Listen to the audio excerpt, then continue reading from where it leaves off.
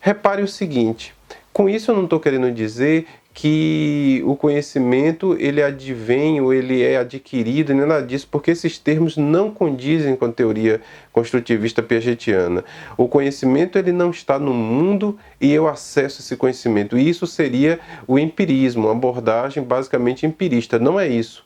Eu tenho alguma coisa mínima da minha espécie, mas eu não tenho praticamente nada. Então, quando eu começo a interagir com o mundo, eu começo a entender como o mundo funciona, porque eu crio estruturas, eu crio esquemas, esses esquemas vão ficando complexos, vai virando grandes estruturas e aí eu vou interagindo e organizando o mundo ao meu redor.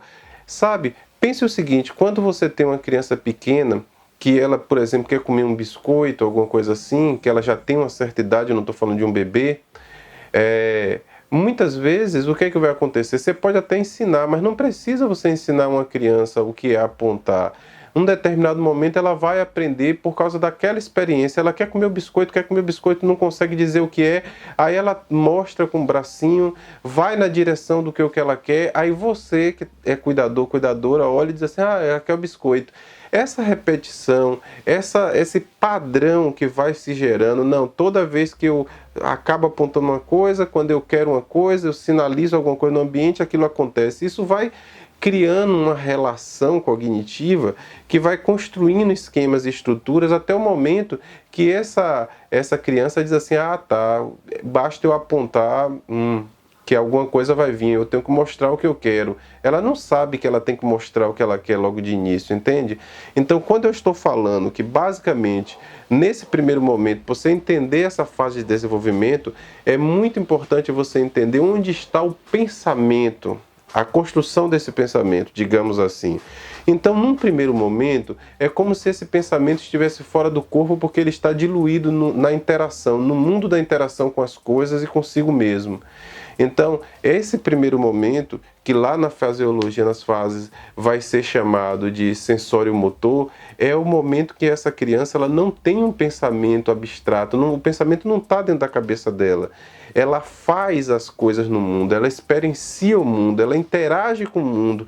E nessa interação com o mundo, ela constrói esquemas, estrutura e vai percebendo padrões e vai construindo conhecimento. E isso vai numa crescente até o momento que esse pensamento em relação às coisas vai ser internalizado. E aí é um ponto de interseção que a gente pode tratar em outro vídeo, que é a questão do conceito de internalização em Piaget e o conceito de internalização em Vygotsky, né? Mas não é para esse ainda. Então, quando eu digo internalizado, eu quero dizer o seguinte, esse pensamento que está fora da cabeça, digamos assim, ele vai para dentro da cabeça desse bebê, dessa criança. Um exemplo bem prático disso, né? Uma criança, ela, a princípio, ela não tem noção da distância entre um ponto A e um ponto B. Ela está ali engateando, depois ela vai andando. A partir do momento que ela vai construindo essa experiência, vai fazendo isso sempre, num determinado momento ela vai ter uma noção concreta do que é um deslocamento, do que é preciso fazer para pegar alguma coisa e se deslocar no espaço. Só que isso não significa que ela consegue pensar isso dentro da cabecinha dela, de forma abstrata. Então é por isso que muitas vezes uma criança, quando ela, por exemplo, vai de uma ponta a outra de um quarto e você pergunta a ela, você pede para ela contar, por exemplo, quantos passos ela deu da cama dela até a porta do quarto. E aí ela vai dizer, por exemplo, que deram 5 passos. Aí você deixa ela paradinha lá na porta e pergunta, sem ela se mover, e quantos passos tem da porta até a cama de onde você veio? E ela não vai conseguir responder, dependendo da idade, muito bem. Por quê? Porque esse pensamento ainda está mais fora, ele ainda está mais nas relações práticas de interação com o mundo do que nas relações abstratas dentro da cabeça dela. Então, quando ela consegue trazer esse pensamento agora está na cabeça dela, ela consegue ter um pensamento que é independente da relação prática com o mundo.